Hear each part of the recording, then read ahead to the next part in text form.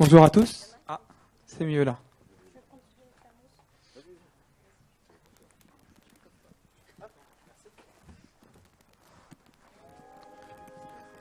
Bienvenue sur le salon Autonomie. On a une petite heure ensemble sur le thème. Vous entendez? Super. Sur le thème s'adapter pour mieux accompagner. Et je suis en présence donc de 4 invités qui représentent 3 entreprises et que je vais présenter très brièvement. Donc je vais commencer par Noémie qui est à ma gauche, qui est membre de l'équipe économie collaborative de la Maïf. Noémie, est-ce que tu veux nous dire en quelques mots ce que tu fais, les objectifs de l'équipe? Avec un micro qui marche, oui, ça marche. C'est bon. Du coup, nous, on est une équipe d'une dizaine de personnes dont l'objectif est vraiment de créer des relais de croissance et de diversification autour des pratiques collaboratives et émergentes. Donc en fait, on est vraiment là en explorateur de ces nouveaux territoires dont la mobilité fait bien évidemment partie et du coup essayer de construire des nouveaux services sur un mode partenarial. Très bien, très clair. Merci beaucoup. Je vais me tourner sur ma droite et puis sur ma gauche. Tout d'abord avec Géraldine et Jacques. Bonjour. Géraldine et Jacques travaillent au sein de la société Intermutuelle Assistance. Alors Intermutuelle Assistance, avant qu'ils vous en disent plus, donc c'est une société qui a été créée il y a maintenant un peu plus de 30 ans par différents assureurs mutualistes à Niort. Et je vais vous laisser dire quelques mots pour mieux présenter l'entreprise. Bonjour, donc Intermutuelle Assistance effectivement a été créée il y a 35 ans exactement. Donc nous sommes assez peu connus parce que nous travaillons essentiellement en marque blanche donc pour nos actionnaires assureurs, mais également pour des clients tels que Peugeot, Renault ou Tesla plus récemment. Et nous sommes basés sur Niort également, donc vraiment dans ce milieu mutualiste. Et au niveau de mes fonctions à IMA, je suis responsable d'études sur les questions de mobilité. Bonjour, Jacques Joannon. Donc, je suis en charge du développement sur la partie automotive et on en parlera tout à l'heure, mais mon objectif c'est de trouver de la singularité dans nos offres d'assistance pour faire adapter une offre non pas à un ensemble de clients mais à un seul et unique client. Et on pense que le digital est là pour ça. Voilà. Et tu auras l'occasion tout à l'heure de nous parler d'un service que vous avez lancé il y a une dizaine d'années avec Peugeot, le bouton e-call. Oui, alors qui sera effectivement un outil que l'on trouvera sur toutes les voitures à partir de mars 2018 sur l'Emergency Call, donc le bouton d'urgence automatique, et également sur le B-Call qui sera le bouton qui permettra lorsqu'on est en panne de ne pas avoir nécessairement son téléphone avec soi, mais en tout cas ce que le véhicule communique directement et avec des plateaux d'assistance et avec je perds le mot à chaque fois. Les centres de secours, voilà, merci. Et donc ce bouton ne permet pas pour l'instant l'autostop, si je ne me trompe pas. Et c'est donc la raison pour laquelle je vais vous présenter Franck, qui est à ma gauche. Tu as déjà un micro. Franck est fondateur de la plateforme WeHop. C'est une plateforme d'autostop courte distance en milieu urbain. Franck, est-ce que tu peux un petit peu décrypter pour nous? Oui, je vais donner quelques indications. Donc Franck Rougeau, fondateur de WeHop. Alors l'autostop courte distance, finalement, ça se matérialise par une application sur un smartphone, et ça permet à des automobilistes finalement de publier leur itinéraire GPS à tous les piétons qui sont le long du chemin. C'est un peu cette notion d'autostop, de dire voilà, moi je transporte finalement une voiture avec 3 sièges vides. J'ai un chemin qui est prédéfini, puisque je suis le GPS, eh bien je les propose à tous ceux qui sont sur le chemin. C'est-à-dire que je ne rentre pas dans une problématique de détour, de planification, c'est que je fais ce chemin de toute façon, donc pourquoi pas les proposer. Donc ça, c'est côté automobiliste. Et côté piéton, inévitablement, il y a le pendant, c'est-à-dire que vous regardez votre application, puis vous voyez toutes les traces des voitures qui passent devant vous. Imaginez, c'est assez sympathique, vous êtes dans la rue, sur le trottoir, vous voyez toutes les traces des voitures en disant tiens, il y a une ligne qui m'intéresse. C'est comme une ligne de 3 places finalement, c'est 3 sièges vides, c'est ça. Et quand vous cliquez, vous faites un stop, une demande, et puis la personne vous prend et vous amène un peu plus loin. Donc quelque chose d'assez important pour fluidifier finalement le trafic, et puis exploiter un réseau qui est vide, qui est le réseau des voitures, et puis des gens qui sont en demande de mobilité. Tu peux nous donner 2-3 chiffres sur cette nouvelle offre de service Alors, c'est une application qui est sortie, donc on a sorti il y a 11 mois. Aujourd'hui, on a 15 000 utilisateurs, hein, avec donc une grosse concentration Île-de-France, et puis ça commence à Lyon, Nantes, un petit peu au Québec d'ailleurs, hein, parce qu'il y a une traction là. Et on voit bien que là où ça prend le plus, c'est là où il y a des carences de transport en commun, le banlieue typiquement, là où il y a ce qu'on appelle la problématique du dernier kilomètre, c'est-à-dire que vous habitez à 1 kilomètre d'une station RER, ben ça fait loin. Enfin, au lieu de prendre la voiture, il y a peut-être d'autres voitures qui y vont. Enfin, il y a certainement d'autres voitures qui y vont. Donc, vous voyez toutes ces problématiques où l'infrastructure lourde ne peut pas subvenir aux besoins de la population. Très bien. Merci beaucoup. Alors, juste une petite précision sur le déroulement de cette table ronde. L'idée, c'est que vous puissiez aussi poser des questions tout au long de la table ronde. Donc, n'hésitez pas à lever la main lorsque vous avez une question. Thibaut, qui est là-bas, prendra un micro et viendra vous le donner pour que vous puissiez poser une question ou faire une remarque. Du coup, Noémie, je me tourne vers toi. Quand on entend justement ce que raconte Franck, est-ce que tu peux nous décrire en quelques phrases quel est ton point de vue ou le constat sur l'évolution du paysage aujourd'hui de l'assurance et des nouveaux types de services? Effectivement, quand on se place du point de vue de l'assureur et qu'on parle de voiture, je pense que tous les assureurs de la place ont le même raisonnement, à savoir que les perspectives ne sont pas forcément très joyeuses et qu'effectivement sur la chaîne de valeur, la suite logique, c'est la mobilité. Et donc effectivement, c'est un territoire qu'on regarde et qu'on suit de très près. Ça fait depuis 2008 nous qu'on s'intéresse vraiment à ce sujet-là. Et effectivement sur la manière dont nous on envisage vraiment notre action et notre plus-value dans ce qui est en train de se passer, c'est vraiment sur je le disais en introduction, sur notre dimension partenariale et notre capacité à construire un écosystème d'où sortira des modèles économiques innovants et des offres de services qu'on n'aurait jamais pu imaginer nous tout seuls en étant assureurs. Mais excuse-moi, quand on entend, donc depuis 2008, quand on entend Franck qui a lancé son application il y a 11 mois et qui a déjà 15 000 utilisateurs, est-ce que finalement, c'est pas un choc de se rendre compte que des startups comme celle-ci sont capables d'innover et d'avancer très rapidement sur de nouveaux types de services? Alors effectivement, c'est en tout cas nous ce qu'on recherche aussi dans la collaboration avec les startups, c'est effectivement s'infuser un petit peu de ces méthodes et notre rôle dans notre équipe d'ailleurs, c'est de faire ce tampon entre la culture un peu choc et qu'il est peut-être un peu trop aujourd'hui pour des structures aussi grosses que la Maïf et du coup l'interne pour être en mesure finalement de gérer des projets sur la même temporalité quand on est sur des sujets aussi différents. Et effectivement la capacité d'innovation et la capacité à croire qui est à croître, mais à croire aussi qui est très forte chez les startups, c'est effectivement ce qui nous motive tous les jours et ce qui nous fait dire que finalement l'échéance qu'on situait il y a très longtemps, très loin dans le temps, il y a quelques années, se rapproche de plus en plus et souligne l'urgence à s'adapter et à développer le plus rapidement possible des offres innovantes et qui vont vraiment dans le sens de ces nouveaux usages. Donc 2 points, si je résume, sur l'évolution de l'écosystème. 1, le fait que de nouveaux services se lancent très rapidement et qui donc peuvent venir en frontal avec ce que vous proposez. 2, ça oblige en interne à repenser la manière dont vous travaillez pour travailler sur des cycles de production beaucoup plus rapides. Exactement, oui. D'accord. Je me tourne vers vous, Géraldine et Jacques. Quand on entend ce nouveau, en tout cas, cette vision de la Maïf, une équipe économique collaborative qui s'est montée, une dizaine de personnes, et le fait de repenser comment on travaille en interne pour mieux adapter l'offre de services aux clients, est-ce que ça fait écho chez vous? Et si oui, est-ce que vous avez des exemples à nous donner sur votre capacité à vous adapter donc à cette évolution de l'écosystème?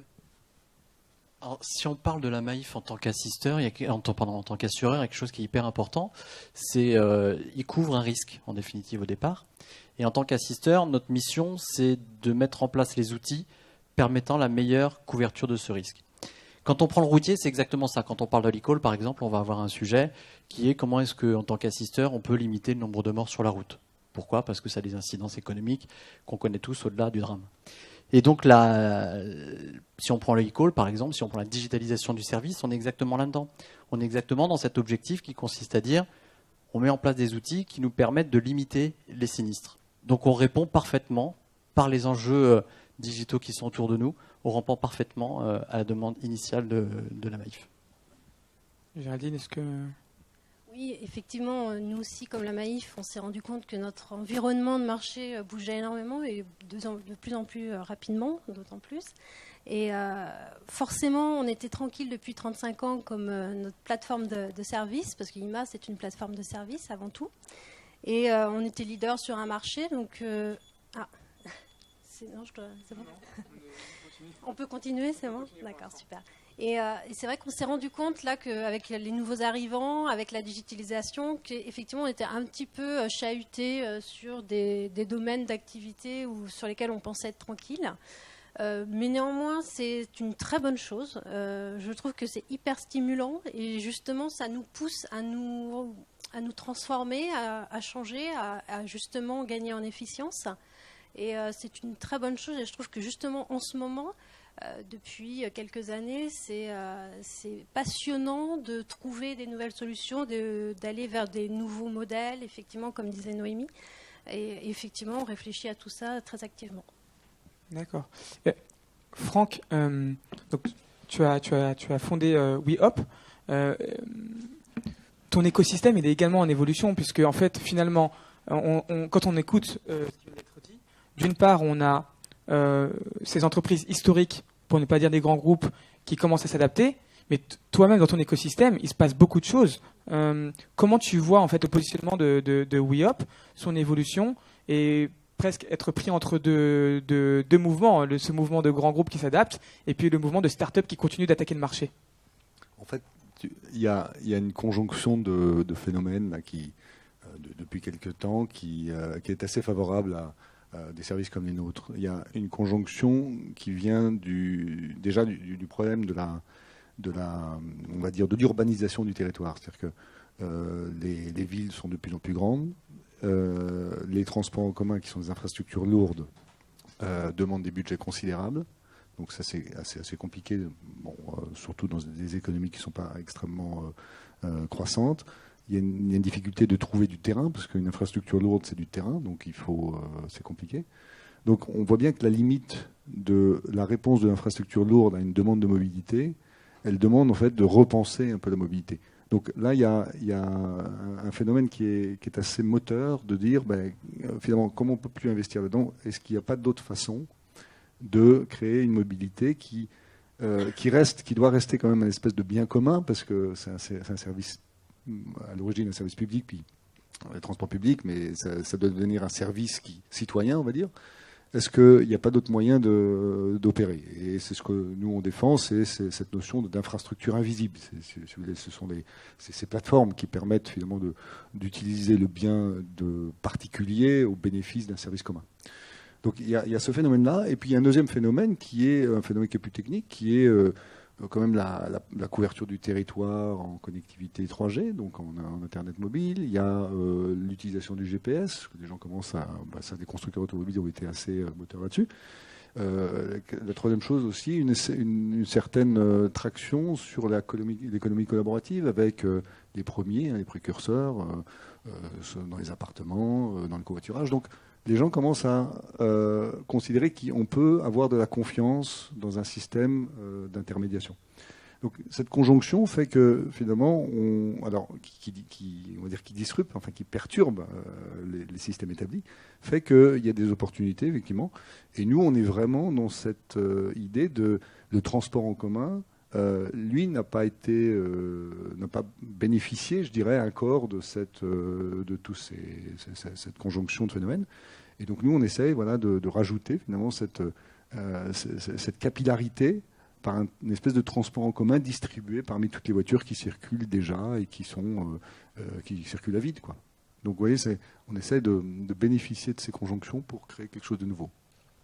Noémie, quand on travaille à la Maïf, qui est une mutuelle, enfin un assureur mutualiste, qu'on entend que donc la question du transport des personnes a été pendant longtemps une question intimement liée à des décisions publiques, qu'on a des valeurs et qu'on fait face à des... Aujourd'hui, je vais réutiliser ce mot concurrence, ou en tout cas attaque ou pénétration de marché de la part d'organisations qui sont privées, qui sont ultra agiles. Est-ce que là, est-ce que là, tu vois un défi concret et à ton organisation? Et si oui, en fait, comment aujourd'hui, au sein des process que vous mettez en place, vous pensez pouvoir y répondre? En fait, le défi vraiment qu'on identifie nous, c'est vraiment la capacité à agir. Et en fait, juste si je reprends l'exemple de WeUp et de tout cet écosystème de mobilité, je pense qu'aujourd'hui, on est en capacité de dire qu'on a une bonne compréhension et qu'on sait très bien ce qui s'y passe et qu'on commence à bien identifier aussi les besoins de nos sociétaires, parce que c'est aussi à ça qu'il faut que nous, on le raccroche. Et c'est ça aussi qui fait qu'on est dans cette logique-là de construire des nouveaux produits. C'est vraiment se focus aussi sur le besoin de répondre aux besoins des sociétaires. Et du coup, c'est cette capacité à aller plus loin dans l'action, plus vite.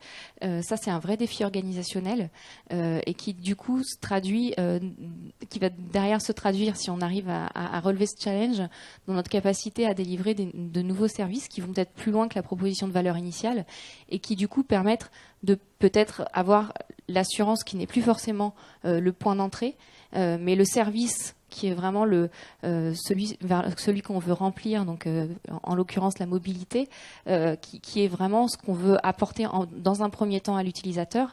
Et l'assurance n'est derrière que pour rassurer et finalement apporter la couche de sérénité qui va bien. Et en fait, c'est ce qu'on est en train de faire sur Zaleo, qui est un projet d'application qui permet de planifier, de réserver en un clic son transport de manière multimodale, donc à la fois en utilisant des transports classiques et des transports alternatifs comme le covoiturage. Et donc là, on a vraiment eu une approche partenariale du sujet, donc de se dire qu'effectivement, il y a des acteurs comme Coolicar, comme Cities, comme Boogie, qui peuvent venir apporter la couche servicielle. Et finalement, nous, en tant qu'assureurs, on est juste là, entre guillemets, pour couvrir l'assurance à l'usage avec une garantie qui a été créée pour ce cas-là très spécifique. Et ça, je pense que du coup, c'est assez symptomatique en fait de tous les défis qu'on a, à la fois en termes de transformation et de compréhension des nouvelles offres qui émergent sur le marché, et aussi dans notre capacité à se dire qu'on ne peut pas tout faire tout seul dans son coin et qu'il est important de se dire qu'il y a aujourd'hui des acteurs qui ont des compétences incroyables comme WeUp ou comme d'autres acteurs sur la place. Construire une communauté, c'est pas quelque chose que tout le monde sait faire. Nous, on le sait le faire peut-être d'un autre point de vue, mais en tout cas, la construction d'une communauté digitale, je pense qu'il faut se dire que des acteurs comme WeUp sont capables de mieux le faire que nous. La capacité à assurer un service de covoiturage, c'est pas le cœur de métier de la Maïf. Et notre objectif, c'est d'aller trouver des gens avec qui on a des valeurs en commun et avec qui on se sent à l'aise pour construire un service ensemble à destination de nos sociétaires, voire un peu plus loin. Donc si je résume, nouer les bons partenariats afin d'améliorer l'expérience sociétaire. Exactement. De la même manière que les plateformes aujourd'hui construisent leur succès sur l'expérience client. C'est ça, exactement. D'accord. Je me retourne à nouveau vers vous, Géraldine et Jacques. Vous êtes plus B2B dans votre approche. Est-ce que ça change quelque chose au niveau de des défis que vous devez adresser en interne? Alors, oui, bien sûr, nous aussi. Alors, en tant que plateforme de service, on a un gros défi sur la transformation digitale, bien sûr. On a amorcé cette transformation il y a quelques années déjà. On a digitalisé de nombreux process opérationnels pour justement mettre en valeur le travail des chargés d'assistance et qu'ils puissent se concentrer sur l'essentiel, la compréhension, l'écoute de chaque situation lorsqu'un client nous appelle. Et puis, on aime d'ailleurs à dire au sein du groupe qu'on fait de l'assistance à chaleur ajoutée. C'est vraiment, ça fait partie de notre ADN et c'est très important pour nous de garder effectivement cet aspect-là et vraiment conserver l'humain au cœur du métier de l'assistance. Donc ça, c'est le premier défi. Le deuxième, c'est bien sûr aussi ouvrir l'entreprise. On a longtemps travaillé effectivement d'une façon assez traditionnelle. Maintenant, effectivement, l'entreprise s'ouvre, elle se rend compte qu'elle a besoin effectivement d'entreprises comme des startups pour avoir une liberté d'innovation parce qu'effectivement, ils n'ont aucun frein et ça, c'est juste primordial pour pouvoir innover. Donc oui, nous entamons effectivement aussi cette transformation-là et cette ouverture vers d'autres structures. Il y a un aspect de communication alors, si j'entends bien. Oui, aussi, oui, tout à fait. Parce que c'est vrai que IMA, finalement, reste relativement peu connu du grand public. Et il y a peut-être aussi l'enjeu de mieux communiquer autour des services innovants que vous proposez, même si vous êtes malgré tout pourvoyeur de services en marque blanche. Alors oui, le fait qu'on ne soit pas connu, c'est effectivement, comme je le disais en introduction, qu'on soit en marque blanche. Néanmoins, c'est vrai que ça ne nous empêche pas d'innover énormément et comme le disait Jacques tout à l'heure, en 2003, on a innové avec PSA sur l'e-call et c'est devenu justement un sujet quand même majeur actuellement dans le milieu automobile. Donc il y a d'autres innovations aussi parce qu'on a d'autres secteurs d'activité au sein du groupe. Mais oui, l'ouverture de l'entreprise, c'est quelque chose de primordial et bien sûr la communication qui va avec. D'accord. Est-ce que Jacques, tu veux ajouter Non, je voulais juste te dire une chose par rapport à notre relation sur le B2B, c'est que le fait de rentrer en contact comme on le fait là aujourd'hui autour d'une table ronde entre un assisteur, une start-up, enfin, voilà, et un assureur, c'est justement là tout l'enjeu, c'est que notre objectif à tous, c'est demain d'offrir quelque chose de beaucoup plus singulier. Je reprends les propos de Franck, mais c'est exactement ça, c'est-à-dire que si je schématise, tout le monde aujourd'hui, enfin tout le monde, en tout cas si on va parler après peut-être de la disruption, je ne sais pas, mais tout le monde demain matin sait faire du dépannage, du remorquage. Moi, ma vocation demain, c'est pas simplement de faire du dépannage, remorquage, c'est de faire, comme le disait Géraldine, de la singularité, d'adresser le bon service au bon client au bon moment. Voilà, donc, et c'est là où on sortira du modèle de la disruption, à mon sens. Alors, si j'essaie de voir un peu plus loin, donc au cours de cette conférence, on va parler également de voitures autonomes, de voitures connectées, de multiples offres servicielles. Si nous imaginons demain, dans 2 ans, 3 ans, 5 ans, une voiture qui est capable toute seule de faire, à l'aide de multiples API, le bon appel pour le bon service. C'est-à-dire que en cas de panne, elle identifie toute seule où est la panne et elle va être capable d'aller chercher le bon prestataire de service pour récupérer la panne. Elle va être capable de solliciter WeHop pour venir récupérer un passager qui est arrêté et de l'amener sur son chemin ou Blablacar sur un autre outil de service. Grosso modo, on peut imaginer que dans quelques années, des voitures seront complètement autonomes, pas que dans la manière dont elles conduisent, mais également dans la manière dont elles réagissent par rapport à des incidents. Et puis, je me tourne également vers toi pour que tu puisses réagir, mais on voit également fleurir un certain nombre de services assurantiels, pour ne pas le citer par exemple Inspire, un service qui mutualise la franchise et qui permet grosso modo de se prémunir contre le risque de j'ai un accident ou j'ai une panne, je n'avais pas pris cette option-là, je suis coincé, je dois sortir de l'argent de ma poche. Donc grosso modo, si on agglomère tous ces services, est-ce qu'on ne va pas aller dans un monde où vos entreprises vont devenir de plus en plus inutiles, parce qu'elles ne seront pas finalement capables de réagir aussi vite à ce type d'incident? Moi, j'ai juste une question à te poser. C'est tout à fait vrai. Pendant des temps, on s'est dit, dans le milieu de la banque, on met en place des guichets automatiques qui vont remplacer tous les banquiers. On n'a jamais eu autant besoin de banquiers.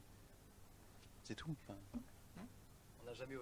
On n'a jamais eu autant besoin des hommes, et c'est toute notre intelligence au sein de l'entreprise qui fait. Alors, ce ne sont que des outils. Ce que je veux dire, c'est que la digitalisation ne remplacera pas ni les gens, et cette disruption, elle n'existe que pour des services sans grande valeur ajoutée.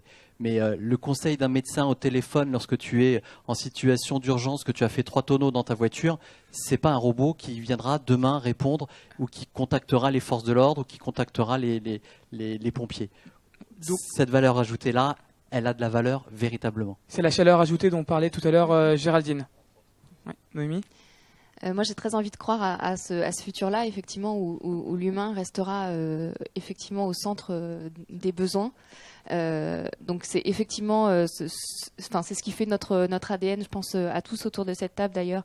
C'est effectivement le fait de se dire que ce sera pas forcément un futur complètement déshumanisé, robotisé.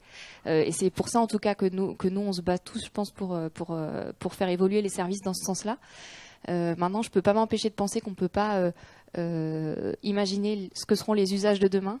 Et quand on voit à la vitesse à laquelle ça bouge, je sais pas quelle sera l'appétence dans 5 ans de chacun d'entre nous à ce genre de service. Et peut-être que finalement, on s'y retrouvera beaucoup plus. Donc, je pense que, en tout cas, le sens de notre action aussi, c'est de se dire qu'effectivement, nous, on travaille des relais de croissance, et c'est exactement ce qu'on fait au quotidien dans ce genre d'action partenariale. Mais on travaille aussi des relais de diversification, parce qu'on garde malgré tout, même si c'est pas le futur qu'on souhaite, à l'esprit que potentiellement on n'aura plus besoin d'assureurs, et que peut-être que la valeur ajoutée de la Maïf, elle sera ailleurs pour capitaliser sur son ADN, mais pour une autre proposition de valeur. Et donc, on essaie vraiment d'avoir les deux axes, parce que c'est ce qui nous permettra de préserver, je pense, la mutuelle à plus long terme, en gardant l'ADN, mais en identifiant des pistes qui sont différentes, parce que le tout bouge extrêmement vite, et qu'on ne peut pas, je pense, se reposer sur effectivement une conviction qu'on a tous très envie de partager, mais pour lequel je pense que c'est difficile de mettre tous ces billets dessus. Donc en gros, développer une offre de service personnalisée, contextuelle, singulier, on pourra revenir là-dessus, en s'appuyant sur un socle de valeurs. En l'occurrence, la Maïf est un assureur mutualiste et un assureur militant. C'est sa baseline. Franck, oui, non, moi je voulais, enfin, ça va un peu dans ce sens. C'est, à mon avis, le numérique et le collaboratif, donc je les distingue un peu, apportent des opportunités importantes à ce type de service. Moi, j'en vois deux dans le numérique. C'est que le numérique a cette capacité de traiter beaucoup de données. Et pour faire des offres singulières, il faut traiter de la donnée. Et donc, si vous êtes un humain, vous ne pouvez pas suffisamment traiter de données pour faire une offre singulière. Offre singulière, tu peux préciser, tu pourrais... Une offre individualisée. Enfin, c'est-à-dire que la personne... alors, l'offre singulière, elle dépend de l'individu et elle dépend du contexte. Donc, si vous voulez faire une offre contextuelle et singulière, et adaptée à l'individu, vous imaginez le nombre d'informations qu'il faut pour pouvoir traiter ça et justement livrer la bonne offre. Donc, ça sans numérique, ça me paraît infaisable. Donc, je pense que ça, c'est une opportunité énorme parce que, effectivement, ça, à mon avis, c'est l'avenir du service, c'est quand même le service adapté. Je dirais, au niveau du numérique, il y a aussi quelque chose qui est très important, c'est, enfin au moins dans le monde de l'assistance, c'est effectivement connaître le contexte dans lequel s'est passé un événement. Ça, c'est vraiment appliqué à votre... et ça, pourquoi c'est important? C'est que ça va vous permettre, vous êtes dans un métier de relations humaines, finalement. Et qu'est-ce qui est important dans la relation humaine? C'est de se concentrer sur le signifiant, enfin sur ce qui est important. Si le numérique peut prendre le pas sur tout ce qui est administratif, eh bien, vous vous reconcentrez sur votre métier de base, qui est de parler de choses importantes avec la personne en question. Si pendant 10 minutes, il a décliné son identité, d'écrire sa voiture, enfin, vous voyez, tout ça, c'est le numérique pour s'en charger. Vous sous-traitez au numérique ce qui n'est pas important dans votre métier. Donc ça, c'est le numérique qui apportera ça. Le collaboratif, pour moi, apporte aussi deux éléments qui peuvent être cruciaux dans votre service. Je pense que le collaboratif peut apporter de la vitesse d'action. C'est que parce qu'il décentralise et il crée des opportunités à proximité des événements. Donc, je pense que ça crée de la vitesse. Et il y a une deuxième chose, c'est que pour moi, il offre du choix et donc, enfin en anglais empower, il donne la responsabilité au client. Parce que le client a une multitude de choix, parce qu'il y a énormément d'éléments collaboratifs qui sont prêts à l'aider. Et donc, vous lui redonnez la main un petit peu, vous redonnez la main à l'utilisateur en disant, bah oui, moi je veux bien, enfin, je me contente de ça parce que ça me va dans le contexte actuel. Et je pense que c'est bien de responsabiliser les gens au lieu de leur donner une offre qui est figée, de leur donner le choix de choisir ce qu'ils veulent. Ouais, si je peux imager ce que tu viens de dire, c'est si on prend un domaine de l'assistance routière, par exemple, dans un foyer, on peut avoir 2 ou 3 voitures, on va dire 2 voitures, la voiture de la famille, puis la voiture éventuellement de l'épouse ou du mari, si voilà, et celle du fils. Et en définitive, aujourd'hui, lorsque vous adressez à un assureur, vous allez avoir une offre d'assistance pour l'ensemble des véhicules.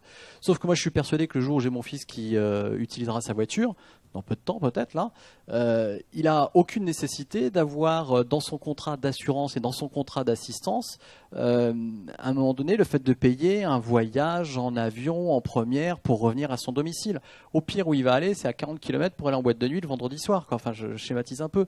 Effectivement, et c'est là où on va singulariser les choses, c'est-à-dire que cette offre d'assurance qui peut être globale, et on va lui laisser la main, et ça je suis tout à fait d'accord avec toi, c'est qu'on va pouvoir se dire, bah tiens, je suis très fatigué, effectivement, j'ai besoin d'un taxi ce soir, mais par contre, demain, je préfère rentrer avec de l'autopartage, je préfère utiliser un véhicule qui fait partie d'un pool de véhicules à ma disposition dans mon voisinage, et effectivement, ils reprennent la main.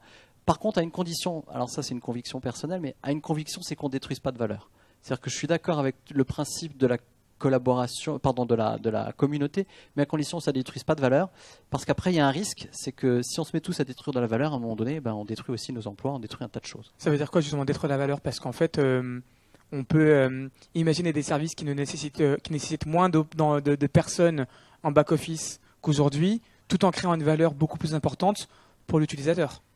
Tu n'as pas détruit de valeur à ce moment-là, puisqu'au contraire, tu l'as donné au bénéfice de quelqu'un. Mais si c'est simplement dans un objectif de réduire les coûts, je crois pas, enfin, ça peut apporter une solution à certains, mais je ne crois pas que ça soit durable et viable. Tu penses à l'ubérisation, par exemple?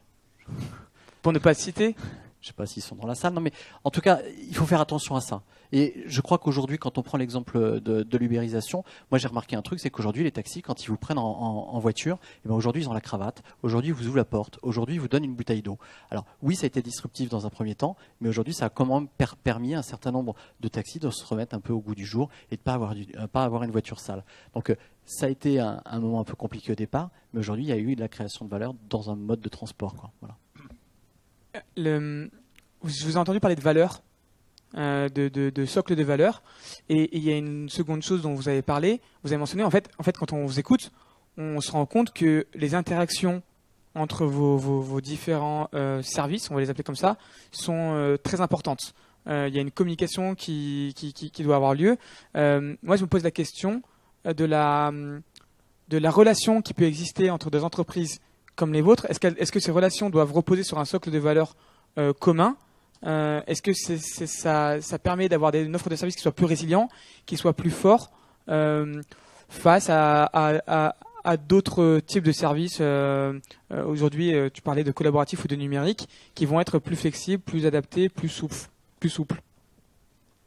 Je dirais oui, forcément, c'est très important et on voit bien que souvent on est en congruence entre nos actionnaires qui sont mutualistes et IMA.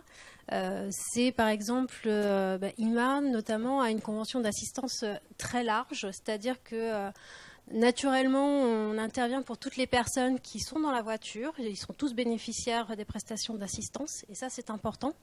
Ça veut dire que naturellement, on a pu accompagner nos actionnaires dans leur partenariat avec des acteurs du covoiturage, par exemple, et que toutes les personnes qui covoituraient sont naturellement bénéficiaires des prestations d'assistance d'IMA.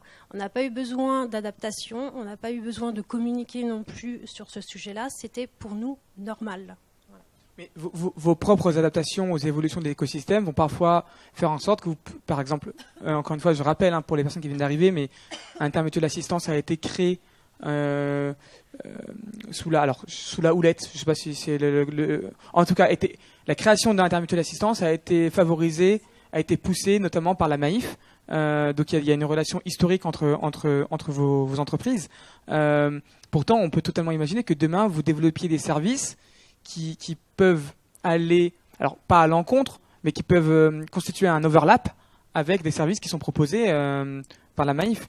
Et dans cette optique-là, comment on gère cette collaboration, puisque on parle beaucoup de collaboration entre start-up et grands groupes, c'est un sujet à la mode en ce moment, mais il y a aussi le sujet de la collaboration entre acteurs historiques, et puis demain, WeHop ne sera peut-être plus une start-up.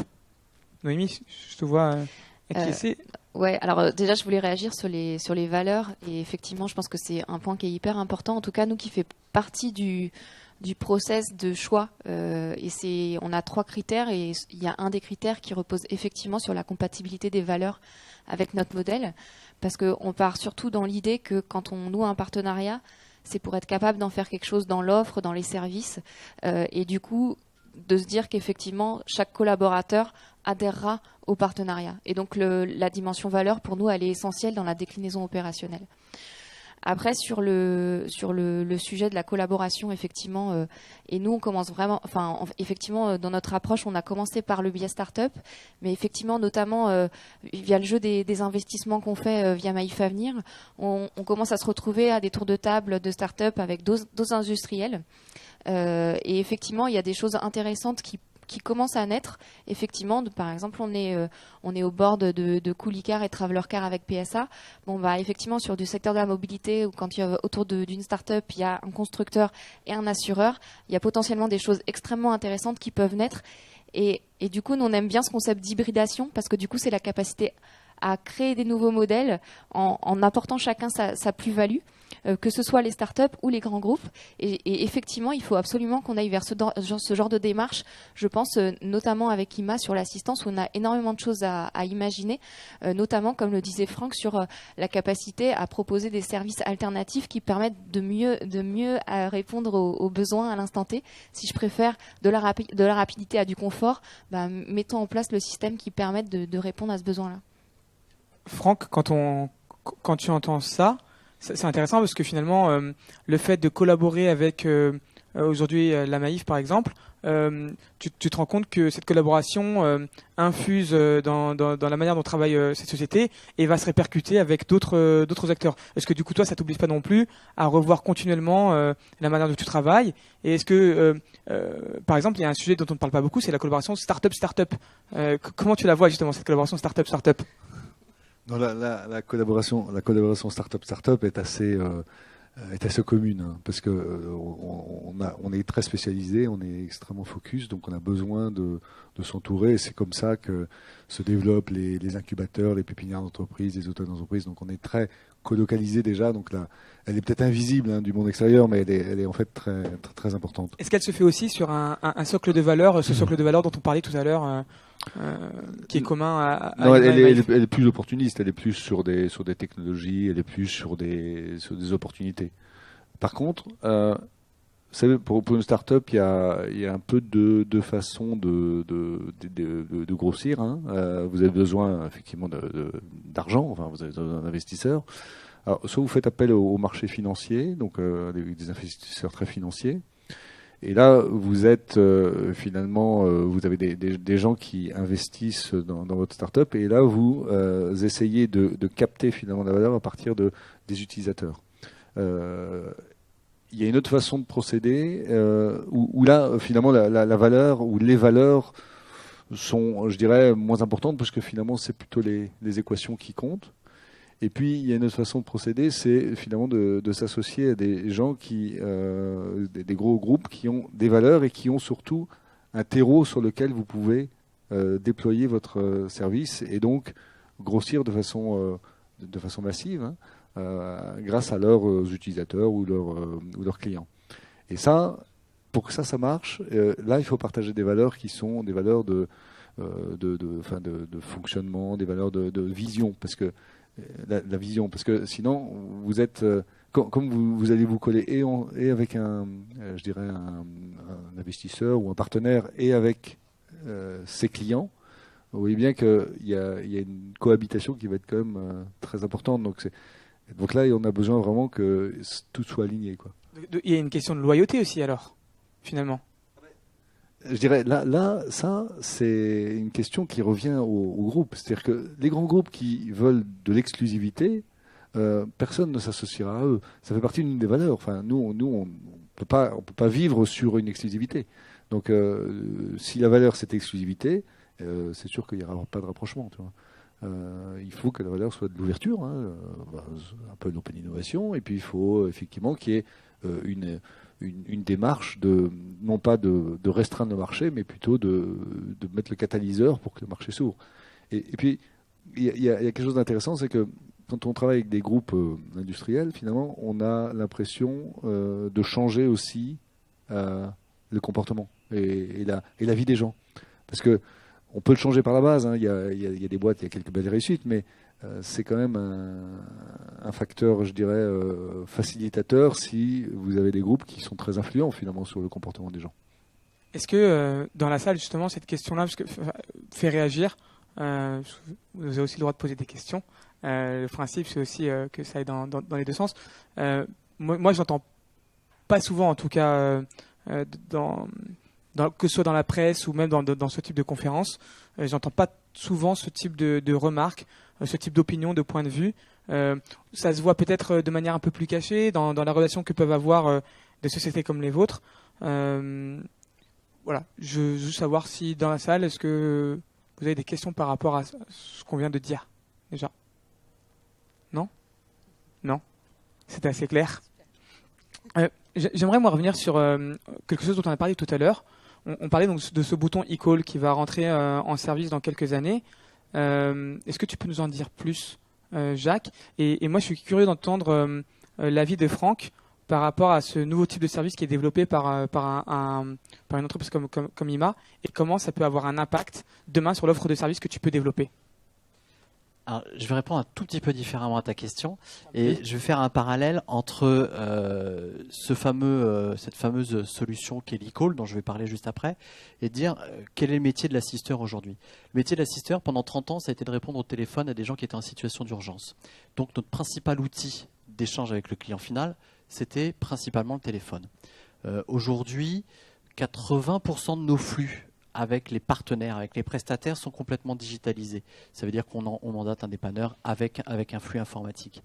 Le métier d'aujourd'hui, j'ai envie de dire des assisteurs, c'est justement la capacité d'intégrer des solutions comme en a parlé Franck tout à l'heure, à savoir au lieu d'avoir simplement un sociétaire qui appelle sur une plateforme téléphonique qui sont sur Niort chez nous, eh bien, on va avoir la capacité de traiter à la fois de la voix et à la fois du data en parallèle. C'est-à-dire, je géolocalise mon client par le biais d'une application téléphonique, d'accord ? J'ai l'information de savoir où il est, et en parallèle de ça, j'intègre un flux venant de WeUp, dans lequel je dis, attendez, effectivement, pour vous rendre au taxi ou pour vous rendre à la station essence la plus proche parce que vous êtes tombé en panne, moi j'ai quelqu'un qui fait ce chemin-là par l'intermédiaire de l'application. Et ça, c'est notre métier. Alors, de demain, d'aujourd'hui, d'après-demain, mais il est là notre métier. Et donc c'est pour ça que je fais le parallèle entre ce qu'on peut faire demain, mais qu'on fait déjà aujourd'hui dans le cadre du e-call. Et pour faire un pitch très rapide sur le e-call c'est un bouton d'urgence qui est déclenché automatiquement dans la voiture dès lors qu'il y a un déclenchement d'airbag à l'intérieur du véhicule, donc lorsque le véhicule est en situation d'accident. L'objectif en Europe, c'est le déploiement sur tous les segments Mégane, donc segment M1, à partir d'avril 2018. Ça sera 2 séries sur tous les nouveaux types modèles Mégane. Alors c'est pour la classe. Notre plateforme, et nous demain on est quoi? On est intégrateur de flux en définitive. C'est ça notre métier. On anime des réseaux et on est intégrateur de flux. On va intégrer les flux de ces véhicules connectés qui vont avoir un accident pour pouvoir le transmettre dans les meilleurs délais, dans les meilleures conditions de sécurité de transmission de l'information au service de secours, à la police, à la gendarmerie, éventuellement à votre concessionnaire, éventuellement à votre assureur. C'est ça notre métier en fait. Et donc le métier d'IMA, donc animateur de flux, je l'entends. De l'autre côté, Maïf, tout à l'heure tu parlais d'animateur de communauté, en fait, de faire vivre ces communautés. Franck, est-ce que tu n'es pas condamné à devenir finalement de l'autre bout du réseau un simple pourvoyeur de services parmi tant d'autres? C'est-à-dire, tout à l'heure, on parlait qu'un enfant de 18 ans et une grand-mère de 70 ans ne pouvaient pas forcément avoir besoin du même service d'accompagnement ou de rapatriement. Demain, en fonction de l'évolution de ton service, tu peux juste être mis en concurrence avec un Blablacar, un TGV, un taxi ou autre. Oui, effectivement, notre métier, ça va être d'intermédier finalement le flux que vous récoltez, mais de l'intermédier vers un autre particulier, qui peut aider. Alors effectivement, il y a d'autres plateformes qui font ça. Ce qu'il y a, c'est que nous, on va se concentrer. Enfin, voilà, l'assistance, c'est je dirais, c'est une petite partie de notre activité. Évidemment, moi, mon métier tel que je le vois, c'est que je fais gagner du temps à des gens qui se déplacent en transport en commun. C'est également, enfin, faire gagner du temps, c'est également votre but en étant capable d'agglomérer et de mieux gérer ces flux. Le temps, c'est de l'argent. Donc, Voilà, moi je fais gagner du temps sur du transport quotidien, du transport de tous les jours. Donc effectivement, l'assistance, on comprend bien l'intérêt de l'assistance pour effectivement faire gagner ce temps-là et l'argent correspondant. Mais en fait, nous on a une proposition de service qui est finalement un peu universelle, qui est quand j'ai pas de transport en commun, comment je fais pour aller d'un point A à un point B. Donc on va dire on va pas être phagocyté par un service d'assistance, tu vois.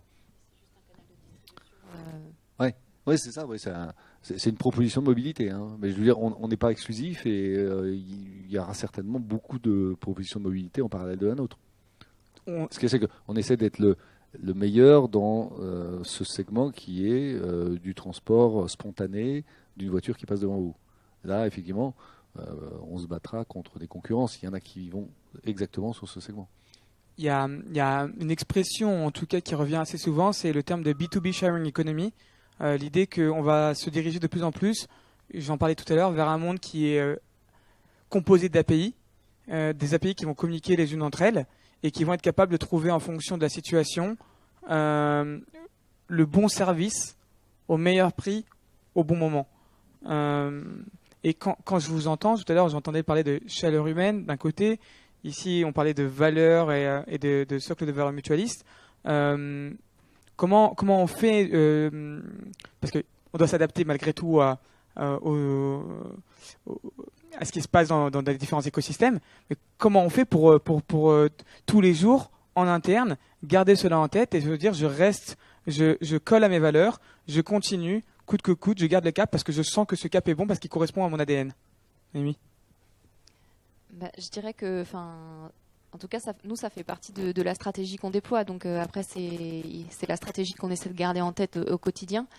Maintenant, quand tu fais référence effectivement à ce monde d'API, moi, je reste convaincue que la Maïf garde un rôle à jouer dans un monde effectivement où il y a peut-être plus de flux et du coup, mais il y a malgré tout quand même un besoin de plateforme, d'interface, d'écosystème et je pense que c'est peut-être un autre rôle qu'attend la Maïf sur ce genre de segment, mais je reste persuadée que il n'y a pas dans l'API, il n'y a pas que de la déshumanisation, pardon, c'est pas facile à dire. Et que ça facilite et ça accélère notamment le transfert des flux d'informations, mais pour aller vers des nouveaux services, et que c'est ces nouveaux services-là qu'il faut qu'on ait en tête, et que c'est ces services-là qui, du coup, inventeront les expériences sociétaires de demain. La culture d'entreprise, du coup, c'est quelque chose d'important. C'est un garde-fou dans l'adaptation face à ces évolutions. Ouais, effectivement, clairement, et c'est aussi ce qui nous permet, quand on a beaucoup parlé de singularité, mais c'est cette culture d'entreprise qui nous permet de garder notre singularité. Et je pense que dans l'écosystème startup aujourd'hui, on sait garder nos valeurs et on sait garder cette ligne-là directrice qui fait qu'on a je pense des actions et des investissements qui restent en cohérence vraiment avec cette lignée-là. Et je pense que je le raccroche à ce que je disais tout à l'heure. On est obligé, on est contraint par les réalités opérationnelles puisqu'on est dans cette logique de se dire chaque partenariat ou chaque opération qu'on mène doit avoir une déclinaison opérationnelle et donc chaque collègue doit pouvoir s'en saisir. Et donc pour qu'il puisse s'en saisir, il faut que ce soit dans la cohérence complète du tout le système de valeurs dans lequel on s'inscrit. Et également de la stratégie de marque de l'entreprise. Tout à fait, ouais. Et pour une entreprise comme IMA, encore une fois, qu'on ne voit pas, qu'on voit souvent derrière, tout à l'heure on parlait de communication, stratégie de marque plus culture d'entreprise. Est-ce que ça fait partie justement des nouveaux moyens pour pouvoir continuer à s'adapter de manière sereine à ces évolutions ? Oui, c'est ce qu'on disait tout à l'heure. Effectivement, on digitalise les process opérationnels pour justement se concentrer sur l'efficience, sur la relation humaine. Et ça, c'est quand même très important et ça correspond effectivement à nos valeurs. Après, c'est vrai que c'est très important aussi pour nous actuellement de s'ouvrir effectivement vers des partenariats parce que on a besoin de l'innovation, on a besoin effectivement de nouvelles idées et de nouveaux business models, ça c'est évident. Mais néanmoins, c'est vrai que ça peut être anxiogène, notamment auprès des chargés d'assistance qui se posent aussi pas mal de questions sur l'avenir de leur fonction. Et finalement, là justement, c'est important aussi pour le groupe IMA d'accompagner cette transformation pour garder cette culture d'entreprise qui est très importante et très forte à IMA. Et ce mois-ci, justement, on organise des journées digitales pour expliquer aux salariés effectivement ce qui se passe sur le marché actuellement, qu'effectivement une transformation digitale, elle devient nécessaire. Excusez-moi, je suis enrhumée, je suis désolée. Et qu'elle est inéluctable, mais que néanmoins, c'est justement pour améliorer leurs conditions de travail, justement, pour, comme on le disait tout à l'heure, mandater un dépanneur ou un remorqueur, ce n'est pas ce qui est le plus passionnant dans le métier d'assistance. C'est justement comprendre le contexte, la situation de chaque individu, parce qu'il est dans une situation anxiogène et dans une situation parfois de souffrance. Donc ça, c'est très important. Et justement, c'est vraiment, nous, on veut accompagner cette transformation aussi en interne pour qu'elle soit vraiment acceptée et comprise par tous. Donc ça peut passer sous la forme par exemple de hackathon que vous allez organiser? Tout à fait. Entre autres également, dans 15 jours, on organise un hackathon dans les locaux de l'entreprise. Donc à Niort, il y aura un hackathon. N'est-ce pas? Et juste après, donc, les journées digitales. Il peut s'inscrire. Ça te surprend ce que tu entends? Je trouve ça très bien. Enfin, je suis admiratif. Ouais, non, c'est bien. Est-ce qu'il n'y a pas... moi, lorsque on regarde un peu ce qui se passe dans les entreprises, justement, cette question d'adaptation, il y a beaucoup de mots-clés, voire de hashtags qui ressortent. Hackathon, Open Innovation, même économie collaborative, ça en est un. Et à contrario, tout à l'heure, j'entends Franck qui a répété 2 fois, je reste focus, j'ai compris quel est mon métier et je continue. Si j'ai besoin, je noue les alliances adaptées. Si je refais le lien avec cette question de la culture d'entreprise et avec les innovations que vous portez, parce qu'en fait, vous portez des innovations aujourd'hui propres. Pourquoi aujourd'hui aller chercher des startups quand on développe un bouton e-call tout seul et qu'on sait bien le faire? Alors déjà, le bouton e-call, on l'a pas développé tout seul. C'était en partenariais. Mais je vais prendre une image que j'aime bien. C'est tous les grands bateaux ont toujours besoin d'un Zodiac pour accoster en fait. Donc il y a un certain nombre de choses en entreprise qu'on sait pas faire et pour lequel on est beaucoup trop orienté sur notre métier. On a besoin des autres et ça, je pense que c'est au quotidien dans la vie. On a forcément besoin des autres pour s'améliorer, pour optimiser des process, pour être challengé, même de la part des concurrents. Et j'ai perdu le fond de la question, pardon, excusez-moi. C'était sur le fait en fait d'éviter de se disperser en fait dans cette recherche pour l'innovation, dans cette recherche pour dans la volonté de s'adapter face à ces nouvelles formes d'innovation, ces attaques, cette concurrence. On est obligé de regarder l'environnement. On a parlé d'écosystème. Cet écosystème, il va à une vitesse incroyable aujourd'hui. Et ce sur quoi on réfléchit aujourd'hui, c'est déjà peut-être obsolète dans un an. Je pense que c'est hyper important aujourd'hui. On n'a plus des modèles économiques viables pendant 30 ans. Il n'y a qu'à voir aujourd'hui quand on va voir son banquier, on est beaucoup moins dans des délais à 15 ans. On réfléchit plutôt court terme. Et donc les adaptations doivent aussi être plus court-termiste entre guillemets et plus d'adaptabilité. Et c'est pas dans les grosses structures qu'on a forcément l'adaptabilité. On parle beaucoup, tu l'as dit tout à l'heure, d'agilité et vraiment on a besoin d'autrui en fait pour cette agilité là quoi. Il nous reste 5 minutes. Si d'une part il y a des questions, n'hésitez surtout pas, à moins que tout ait été clair. Donc vous pouvez lever la main.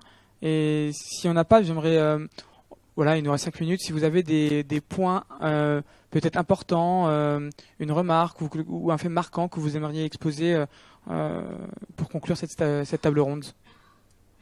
Moi, je voulais dire que déjà, on était ravis justement de partager cette table ronde avec un de nos actionnaires et avec WeHop. Et juste, je trouve que ça illustre parfaitement les propos d'aujourd'hui. Et de cette ouverture justement et cette biodiversité qui est nécessaire entre les acteurs et surtout cette complémentarité en fait. Biodiversité. Donc le fait qu'il y ait des acteurs différents, qui soient complémentaires dans un monde en évolution. Et c'est extrêmement stimulant. Ouais. Noémie ? Ouais, je partage effectivement. On est à un moment qui est incroyable il y a tellement d'opportunités aujourd'hui qui se dessinent. Et enfin, on a utilisé le mot d'ubérisation tout à l'heure, mais en tout cas, enfin, je pense qu'on a tous la conviction autour de cette table que c'est pas une crainte, c'est plus une opportunité. Et donc effectivement, il faut juste aller de l'avant et essayer de trouver ensemble des nouvelles manières de fonctionner, des nouvelles manières de répondre aux besoins utilisateurs. Et du coup, effectivement, je pense que ça ouvre la voie, notamment sur des solutions qui ont été évoquées là et qui pourraient être implémentées assez facilement sur des petits tests qui peuvent être réalisés pour voir effectivement à la fois l'appétence des utilisateurs, la capacité et l'attrait des conseillers chez IMA à gérer ce genre de situation et comment WeHop se retrouve aussi dans ce genre de circuit, parce qu'il faut aussi penser à ça. Parce que quand on parle de focus sur sa roadmap, je pense que c'est aussi important pour Franck de garder ça à l'esprit. Mais en tout cas, je trouve que il y a vraiment des opportunités super intéressantes qui se dessinent. Et plus on est autour de la table, plus il y a des choses intéressantes qui peuvent naître. Franck ? Oui, moi je voulais déjà dire une chose sur un sujet que tu as mentionné il n'y a pas longtemps. C'est on pourrait imaginer que nous, étant une start-up digitale, finalement, on est dans les algorithmes ou on est dans la technologie. En fait, nous, il y a quelque chose qui est très important, c'est que on est en lien direct avec l'utilisateur. Et donc, on fait ce que l'utilisateur veut. Et on a les moyens de récolter des informations donc, du terrain de façon extrêmement agile. Alors ça, c'est super intéressant. Et puis, en plus, on peut les appeler de façon régulière. Enfin, on a tout un panel de gens qui sont, je dirais, des co-acteurs de cette innovation. Et je dis ça parce que c'est super important. Donc, on a finalement ce que veut la base. Et donc, on développe. Et vous avez des grands groupes qui ont ce que la base a déjà. Et en fait, c'est assez intéressant d'être entre les deux. C'est-à-dire que on a ce qu'ils veulent, mais leur faire, on sait que comme c'est pas ce qu'ils ont aujourd'hui et que le temps de changer de comportement, ça va prendre du temps. Nous, la coopération avec des grands groupes, c'est super important parce que c'est ce qu'ils ont aujourd'hui. Donc, simplement faire évoluer ce qu'ils ont aujourd'hui vers ce que finalement ils veulent vraiment, c'est le secret de la réussite, hein, c'est ça. Hein. Donc, c'est ça qu'on essaie d'opérer, c'est de voir comment finalement sur l'existant, on peut l'infléchir de façon à faire évoluer vers ce que nous on détecte et ce que le public veut. Voilà. Donc, pour moi, je schématiserai comme ça, c'est que il y a des contraintes. Et que ces contraintes, nous, on n'a pas de contraintes, mais que la confrontation des contraintes et des non-contraintes fait émerger quelque chose, à mon avis, de réaliste. C'est-à-dire que la société, elle bouge pas d'un coup comme ça, une marche, elle évolue doucement. Voilà. Donc, et c'est je dirais, ce mélange de contraintes et de non-contraintes qui fait qu'à mon avis, il y a quelque chose de vertueux. Très bien. Écoutez, je vous remercie tous les quatre. Pour cet échange qui était intéressant. Ce que je retiens en tout cas, c'est que la culture d'entreprise, le fait de rester attaché à ses valeurs, sans regarder le monde avec des yeux de bisounours, permet de nouer des alliances ou en tout cas des partenariats qui peuvent vous aider à avancer en fait dans ce monde en évolution. Et ce que j'entends aussi, c'est que dans un futur proche, on va peut-être entendre parler de vous, peut-être sur des offres de services communes ou des innovations. On y va là, on y va. Très bien. Merci à vous. Merci au public qui n'a pas posé de questions, mais qui a été très sage.